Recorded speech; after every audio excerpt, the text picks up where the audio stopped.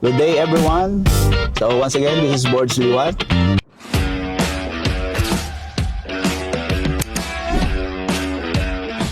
And shoutout sa lahat ng ating mga partners dyan.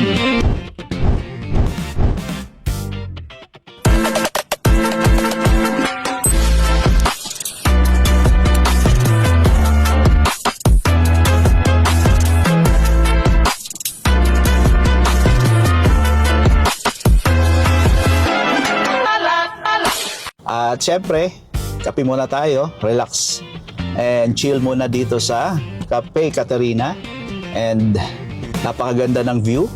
And syempre, isa sa reason bakit natin kailangan magbigay ng time to reflect para mas makita mo kung malayo ka na o malayo na ba. Kailangan mong gawin yan para sa ginagawa mo dito sa ating opportunity or sa ating journey. So, pag pagod ka, okay lang, pahinga mo. And i-chill mo lang sarili mo. At the same time, kuhain mo yung part na makakapagbigay sa iyo ng re-recharge ka. So, sa ganitong chance o sitwasyon, dapat mas ma-realize mo na kung dumadaan yung panahon, chance sa'yo, dapat mas magawa mo yung part na mag-grow ka. Bagong taon, 2026, kumbaga, sabi nga nila is bagong laban, bagong struggle, bagong journey, at the same time is panimula na pwede nating gawin o iniisip natin na pwedeng alisin natin yung mga dati na mga hindi natin gusto sa nangyari sa atin.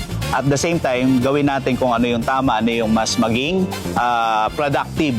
So, ang pinaka-the best natin ngayon, maisip is yung sinasabi natin na paano ba natin i-spend yung time, yung oras natin. Kasi ito yung time na mas control natin. No? So sa bagay na hindi natin kontrolado is wala tayong magagawa doon. Pero itong oras, pagkakataon, chance, the same time, yung changes pwedeng mangyari sa atin. So ibig sabihin, yung oras na pwede nating magawa, wag nating sayangin. Kasi andito tayo sa opportunity na to, merong binibigay sa ating lakas, may buhay tayo, pwedeng may mabago sa ating malaki. So, ibig sabihin, nasa atin rin pala. Kaya sa mga partner natin, is paano mo ba ina-spend ng time, ang time na meron ka ngayon.